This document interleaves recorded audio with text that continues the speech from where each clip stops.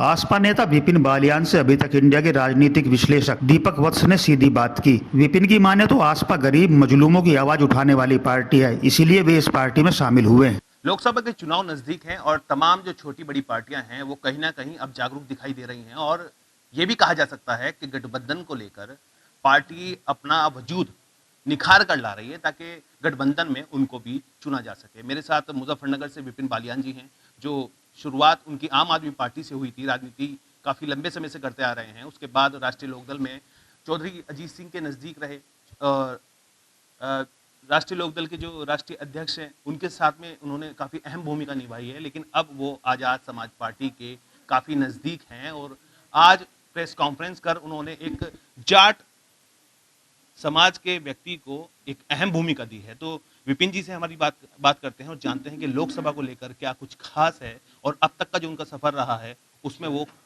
क्या देखते हैं अपना भविष्य। तो विपिन जी, स्वागत है आपका अभी तक इंडिया चैनल में। जी धन्यवाद। विपिन जी, पहले आप पार्टी, उसके बाद लोकदल, उसके बाद आज़ाद समाज पार्टी।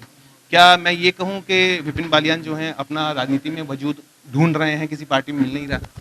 जी नहीं, आम आदमी पार्टी के अंदर संजय सिंह जो कि बहुत अच्छा काम उत्तर प्रदेश के लिए कर रहे थे, वह उत्तर प्रदेश के प्रभारी थे। हमने उनके साथ मिलकर काम किया और काफ़ी लंबे समय तक काम किया। लेकिन उसके बाद में मुजफ्फरनगर से चौधरी अजीत सिंह चुनाव लड़ रहे थे। उनके निर्देश पर, उनके बुलाने पर मैं उनके साथ आया और उनको चुनाव लड़ाने का काम किया। 2019 में हमने एक बड़ी रैली शाहपुर में करने का काम किया, क्योंकि हमने मुजफ्फरनगर के अंदर जाट मुसलमान के जो दंगे हुए थे उन दंगों को सुलझाने का, उन दंगों में समझौते कराने का काम किया था। दंगा समझौता समिति का मुझे माननीय मुलायम सिंह यादव जी ने संयोजक बनाया था, जिसके बाद में हमने सैकड़ों रैलियां करके, सभाएं करके, छोटी छोटी सभा, नुक्कड़ सभाएं करके हम लोगों ने मुजफ्फरनगर के अंदर अमन और शांति लाने का काम किया। जिस तरह से आप बता रहे हैं कि आपने इतना प्रयास किया है, इतनी मेहनत की है, इस तरह से दंगा समिति के आप अध्यक्ष भी रहे हैं, एक मतलब बड़े बड़े पौधे, बड़े बड़े पद आपको दिए गए, समितियों का आपको जिम्मेदारी दी गई, लेकिन ढाक के 3-5 जीत तो हासिल किसी पार्टी की शायद जहाँ जहाँ आप रहे हो नहीं पाई है किसी नेता की।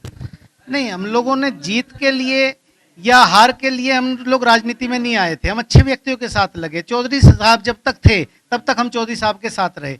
चौधरी साहब के जाने के बाद में मुझे ऐसा लगा कि अब जो है ऐसे व्यक्ति के साथ आ जाना चाहिए जो कि जमीन पर काम कर रहा है। तो ऐसे व्यक्ति के रूप में हमने आज़ाद समाज पार्टी के राष्ट्रीय अध्यक्ष भाई चंद्रशेखर को देखा, जो कि धरातल पर रहकर कार्य कर रहे थे। उनके साथ जाना हमने बेहतर समझा। हार जीत से अजीत सिंह के जाने के बाद छोटे चौधरी पर आप सवाल खड़े कर रहे हैं, वो धरातल पर काम नहीं कर रहे हैं आम जनता के लिए। जी, निश्चित रूप से उतना काम उन्होंने नहीं किया जितना भाई चंद्रशेखर ने किया, लेकिन सीटें तो निकाल पाने में बड़े कामयाब रहे हैं। वो कई सीटें निकाली उन्होंने गठबंधन के साथ में। वही बात है, हम हार या जीत के हिसाब से नहीं जाते। हम लोग जो है उस व्यक्ति के साथ जाते हैं जो व्यक्ति कार्य कर रहा है और अच्छा कार्य कर रहा है। वह व्यक्ति जोड़ने का काम कर रहा है।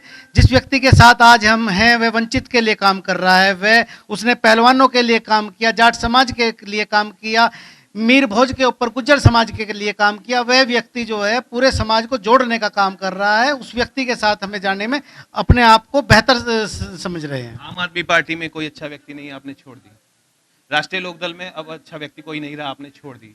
आज आज़ाद समाज पार्टी में आप हैं। क्या भाजपा को मानूं कि भाजपा में भी कुछ अच्छे व्यक्ति हैं? अगला स्टेप आपका भाजपा ज्वाइन करने का होगा? कतई नहीं होगा, क्योंकि भाजपा में अच्छे व्यक्ति नहीं है भाजपा के अंदर, क्योंकि भाजपा की जो मानसिकता है वो तोड़ने वाली मानसिकता है। निश्चित उसी तोड़ने वाली मानसिकता से आपके भाई जुड़े हुए हैं, लगातार उनका समर्थन करते दिखाई दे। नहीं, भाई और भाई में फर्क हो सकता है। भाई की मानसिकता अलग हो सकती है, हमारी मानसिकता अलग हो सकती है।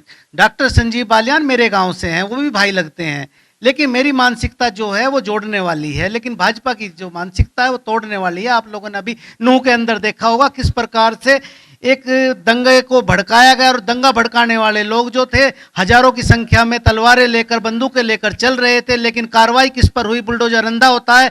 बुलडोजर ने कार्रवाई उसके ऊपर की जो निर्दोष थे या जिसके घर पे जाके तोड़फोड़ करने का काम वे लोग कर रहे थे या जिसको वह लोग चैलेंज देकर जा रहे थे कि तुम्हारा जी जा रहा है। इसका ठीकरा किसके सिर पर फोड़ना चाहेंगे? मणिपुर की घटना आपने गिनवा दी, तमाम यहाँ के क्षेत्र की आपने घटनाएं गिनवा दी है कि इस तरह के दंगे भी हुए, आप समिति के अध्यक्ष भी रहे हैं। ठीकरा किसके सिर पर फोड़ेंगे इस तरह की जो घटनाएं अब हो रही है? यह तो सबको जानकारी है। मुजफ्फरनगर दंगा हुआ था, संगीत सोम और सुरेश राणा जी के ऊपर, दोनों के ऊपर केस चल रहा है। आपको भी जानकारी है किस प्रकार की सीडी इन्होंने संगीत सोम जी ने बांटी थी। शायद आपकी जानकारी में नहीं है, कुछ केसों से वो बरी हो चुके हैं।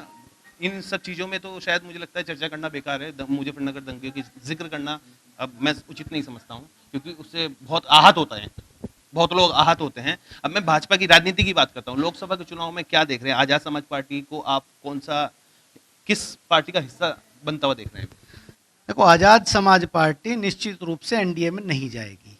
एनडीए के अलावा किसी के साथ भी गठबंधन में जा सकती है, जिसके अंदर मुख्य जो हमें लगता है वह जो है इंडिया गठबंधन में जाएगी या अकेले चुनाव लड़ेगी। इसका निर्णय भाई चंद्रशेखर लेंगे या कोर कमेटी लेगी, इसके लिए हम कुछ नहीं बोल सकते। अच्छा, चंद्रशेखर आजाद चुनाव लड़ने जा रहे हैं लोकसभा में? निश्चित रूप से नगीना से चुनाव लड़ रहे हैं, उन्होंने तय कर लिया, जानकारी भी दे दी है।